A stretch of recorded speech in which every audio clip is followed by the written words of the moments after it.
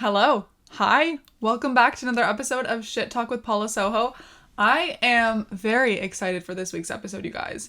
This is something that you guys have been asking me about for quite some time, and I feel like I'm finally ready to dive in, give you guys my best opinions and advice regarding dating. Dating with a chronic illness, dating with a disability, or dating with a medical device. Or, you know what? This could probably even apply to just anyone looking to date and wanting to find the right person for them, the right fit, the person that just understands exactly what they go through and how to handle that. I have broken today's episode down into like 5 different parts. It's kind of a tier system, I feel like, and it's important that we break it down from the very beginning. We address the root cause of why you're afraid of dating until we can finally get to the end goal, which is finding the person that you will be dating. First things first, let's address your anxieties. What makes you reluctant to date? What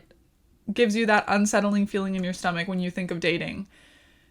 And why does that happen? What comes to mind for me, several things, first of all, but I think that one of the reasons why I felt for so long after getting diagnosed that I wasn't ready to date was because I had this feeling of being a burden and just being too much for those around me. And I thought that being in a relationship, that feeling would just transfer even more and probably present itself in a bigger magnitude.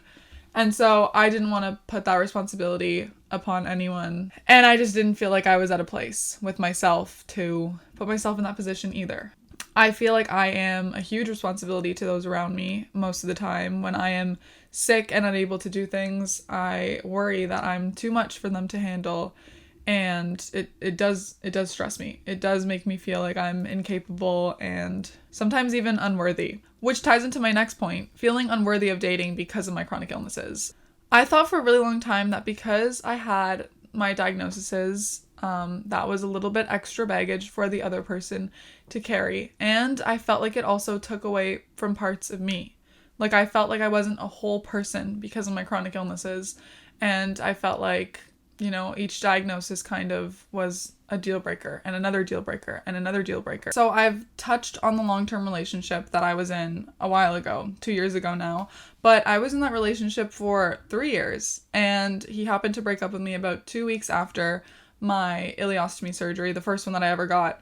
And bruh, to say that left me like shattered and gave me the worst fear of abandonment ever is an understatement. But that was like the beginning of where all my issues kind of stem from. And despite having gone through that horrible breakup, about a year-ish after that, not even, like 7 months after that, I did find myself getting into a relationship with someone else. And I also made it very clear to them that I had abandonment issues and trust issues and all this and that. And I just laid my cards on the table. And I also told him straight up that if he was going to break up with me, not to do it while I was in the hospital getting my proctocolectomy.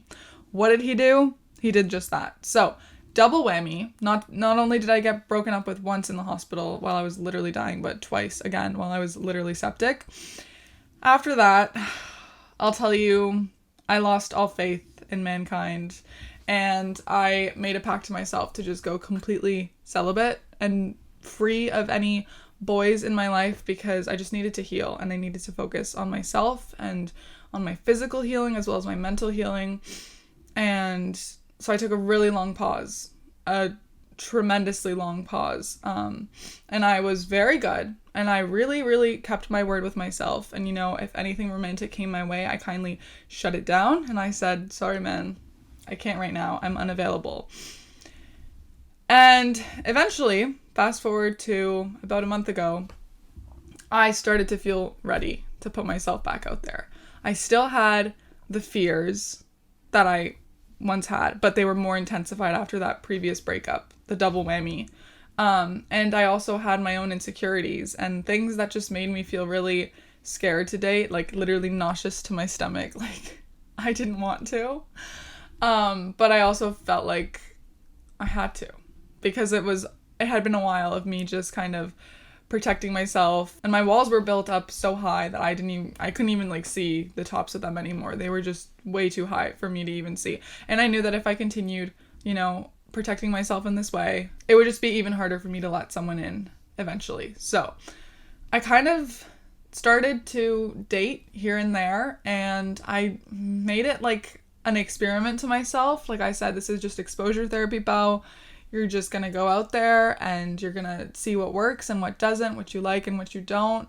If it's too much for you, you can drop it and leave it. But it's just really good to get out of your comfort zone and see what can come of it. Before I actually went ahead and started dating, I made a list of things on a piece of paper, of values that I admire within myself, that I will look for in someone else, and just qualities in general, like the type of person that I'm looking for, essentially. I had like a very clear outline on a piece of paper, and I was like, this is me setting the standard. These are the characteristics and qualities that they need to have. If they don't have them, I'm not even blinking twice in their direction. I'm just gone. And that was another pact with myself that I kept, and I stuck to it. And I'm really glad that I did. Essentially, within both of those relationships that I had, the 3-year-long one and then the other double whammy one, I don't even know what to call it, but I reflected after both of those breakups on just like the entire relationship itself and even the individuals in the relationship.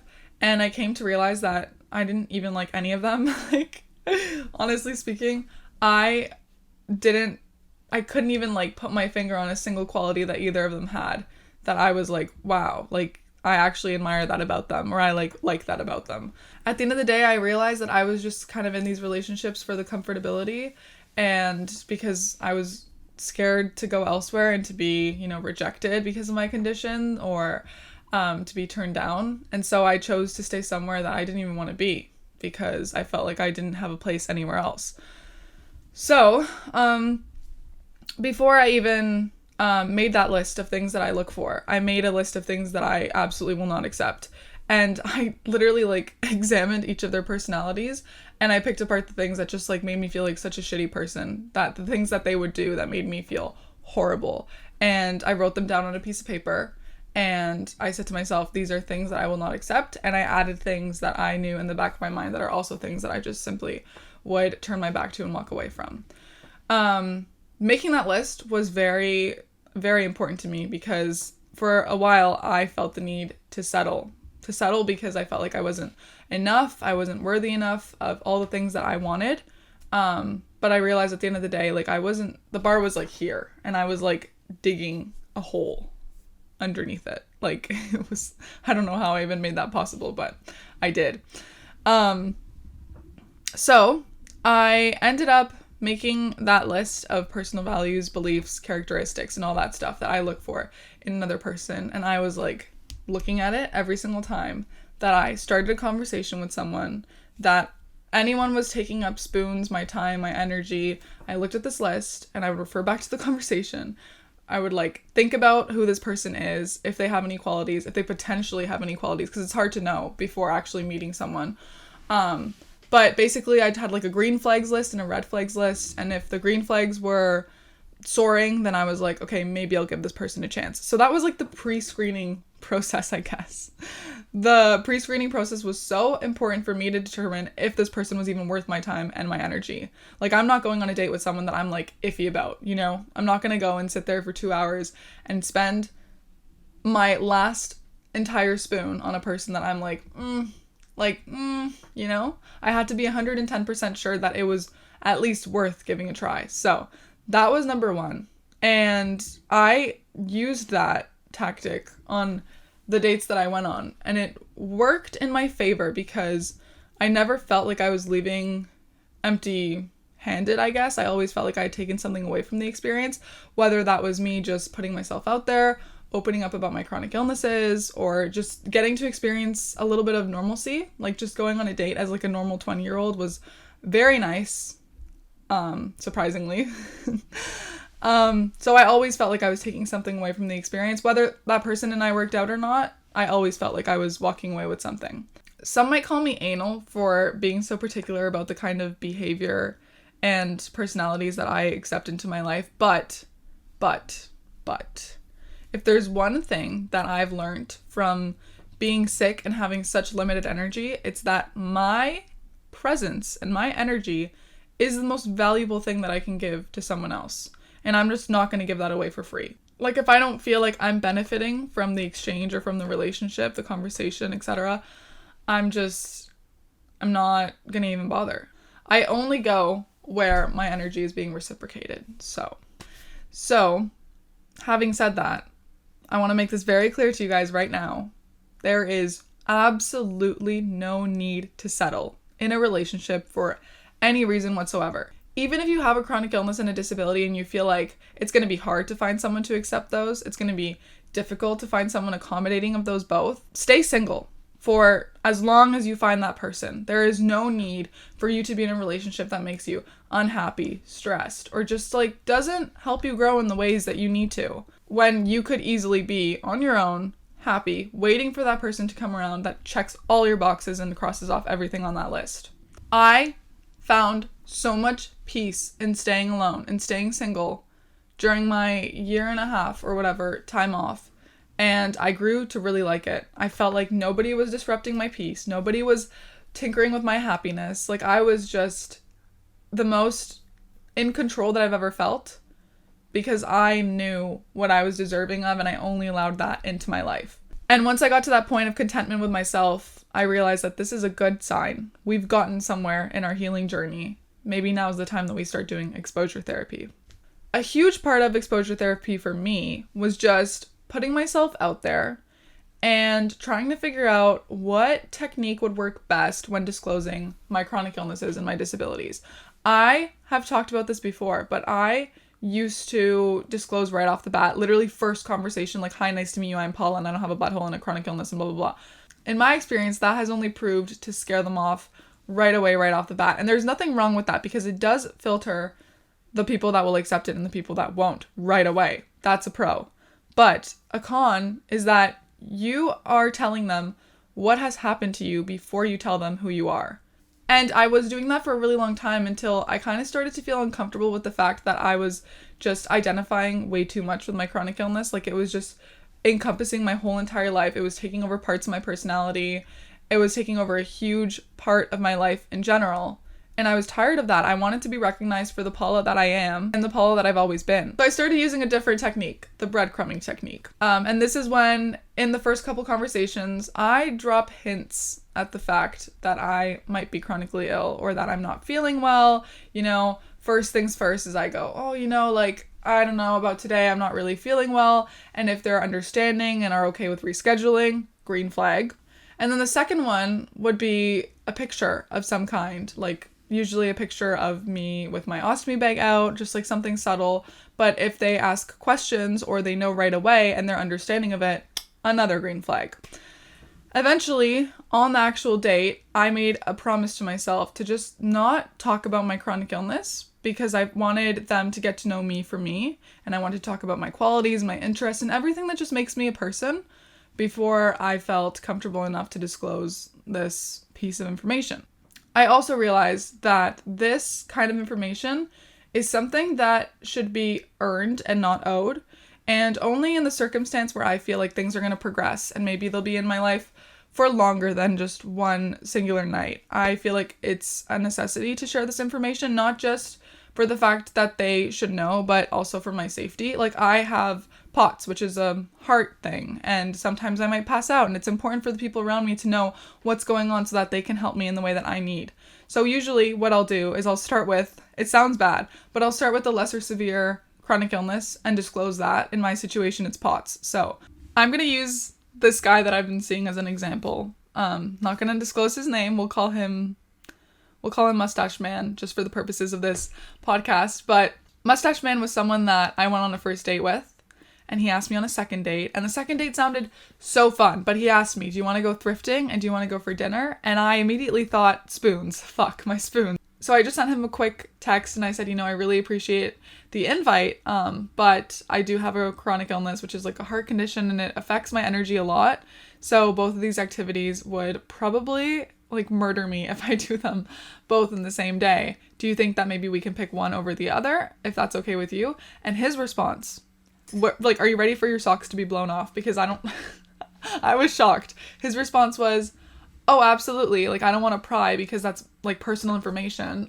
But like, help me understand a little bit more. If we went thrifting and then went back to my place and I cook you dinner there while you just watch a movie and relax, would that help with your spoon situation? And I was like, like, I was shocked. That was the first green flag with Mustache Man, that I was like, he's already being accommodating without having to know everything at once, which is also very important, because boundaries, setting the boundary right there, not disclosing enough information that I don't feel comfortable with, but he was still trying to go out of his way to see what works for me. So anyways, then we went on the second date and we were just kind of walking around and thrifting and stuff like that. And again, I was breadcrumbing because I was mentioning stuff like, oh, you know, I have Crohn's, or, you know, like my ostomy bag covers that I'm making, and something about my job and about like advocacy and stuff like that. Without putting the whole puzzle together, I was giving him pieces and he was kind of like asking me questions based off that without prying. And he was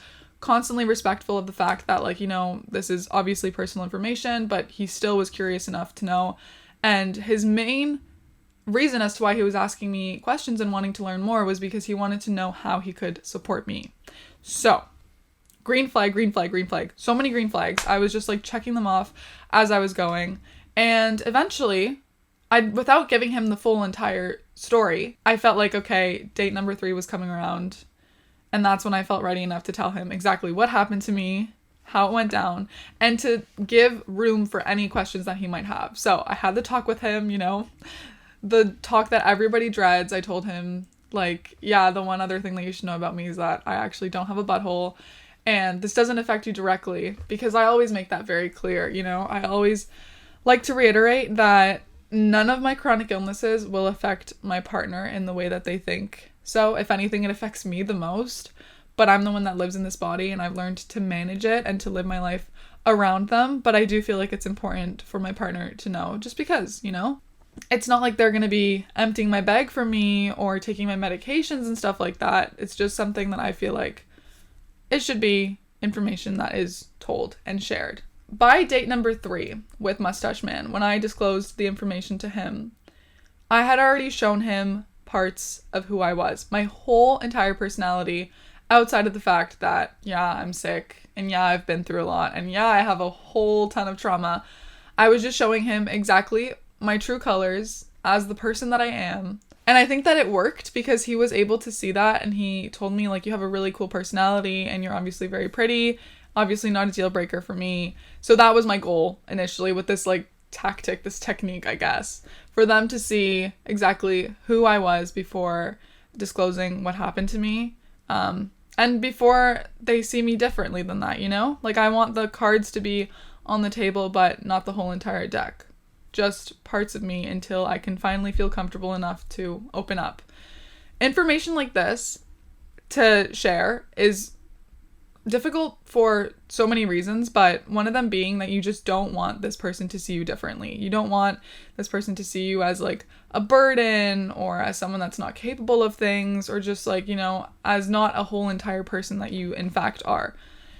And that is like, as open as I am online about my situation, and I'm willing to tell millions about it, when it comes to dating, I've noticed that it's just like a whole different level of anxiety that it gives me to tell people about this information. Because I feel like, oh fuck, this is the deal breaker. This is when they're going to walk away.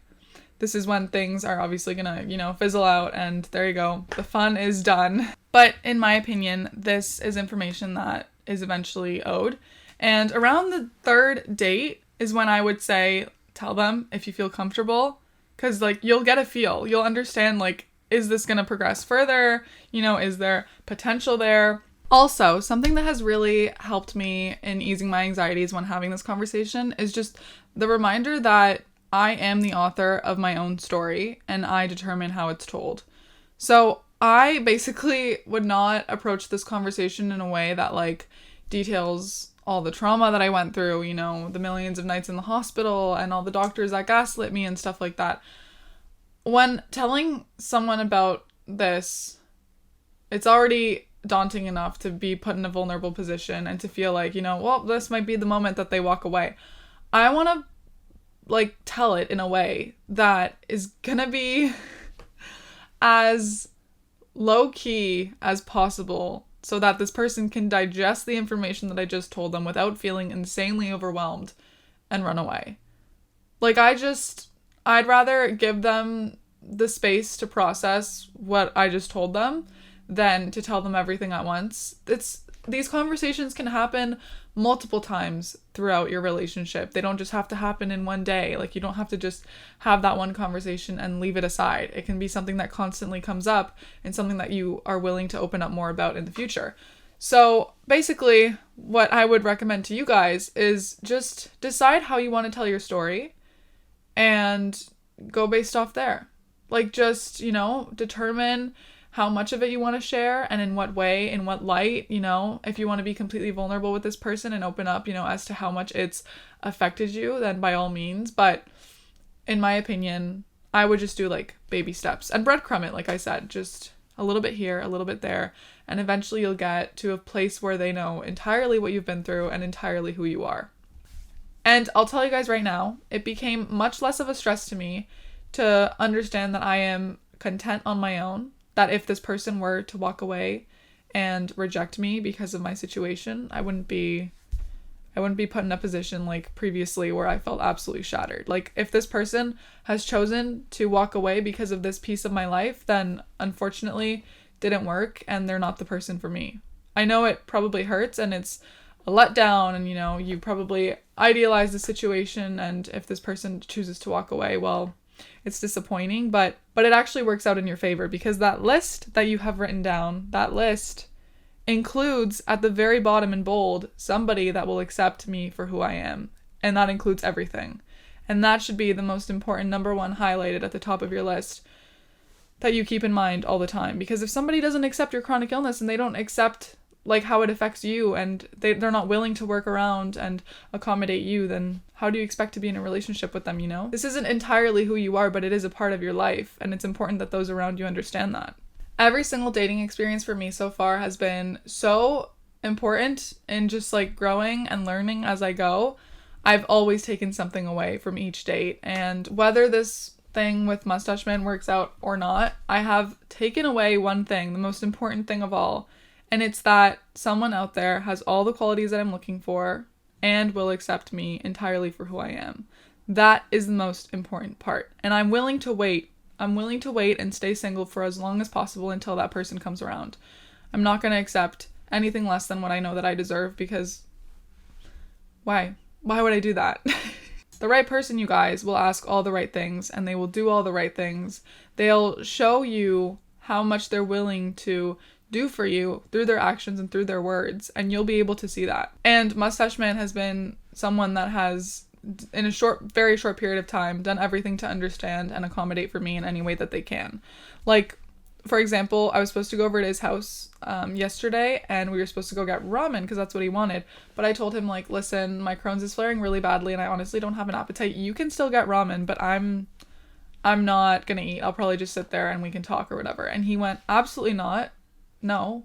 How do you feel about appetizers? Will that be easier on your stomach? And if you don't have the spoons to sit there and eat it in the restaurant, we can just take them back to my place and eat them there while we watch a movie.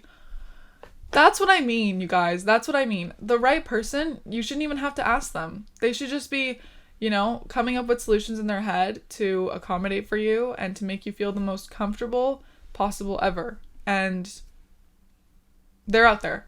It might take a little bit for you to find them, but never, ever, ever settle. Emphasis on that. Like, I want you guys to engrave that into your heads. Never settle. The next section is titled off as initiate, communicate, and reciprocate. This is when you have the conversation with, your person, and you want to open up the floor for any questions that they might have. This is when you decide how you want to tell your story.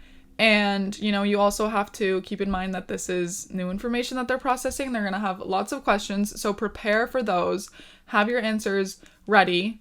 But at the same time, set boundaries. Because this is not only difficult for them to take in, probably, it's 110% more difficult for you to share. And the fact that you've even begun to share a little bit about it is huge. But that doesn't mean that you're also forced to share the entirety of it. And at any moment in time, you can tell them straight up, like, been so vulnerable with you to share this aspect of my life, and it's just been a huge step for me, and it's a little bit overwhelming. Do you mind if we circle back to questions another time? You are allowed to set the pace of how you want this whole thing to work out as well. Because I've said it before, and I'll say it again, this kind of information is earned and not owed. As you go on in your relationship or in your dating journey, you'll start to feel more comfortable with this person. And then you can start opening up even more, you know? You can breadcrumb and like leave little bits of information here and there. And this is a conversation that doesn't have to just be brought up once. It's something that you can circle back to, and, you know, something that might come up multiple times in your relationship. As a matter of fact, it's a part of your life, you know? So it's something that's definitely going to be constantly coming back in conversation, and you have every right to determine when that is. With that being said, if this person has gotten so far to this point where you are having the conversation and stuff like that, and they're asking the questions, all the right ones, and asking how they can support you, now is your time to ask the same for them. Because as much as you are a whole combo with a side of fries being your baggage, I guess. I hate calling it baggage, so I call it a side of fries. This person might have a side of their own, something extra that they've, you know, been carrying around and wanting to share with you. And that's when, you know, you could open up the floor and be like, okay, so I shared a little bit about myself, you know, how can I support you? And do you have anything that you want to disclose with me? Because as much as you expect a partner to be your support and, you know, to help you and to make you feel safe, you also have to remember to do that in return. A relationship is a two-way street, and you should always remind your partner that you are willing to do as much for them as they are willing to do for you. With all that being said, it's a lot. It's a lot, and it is daunting, and it is terrifying. And if you're sweating through your clothes right now just thinking about the thought of dating, same. I was there once too.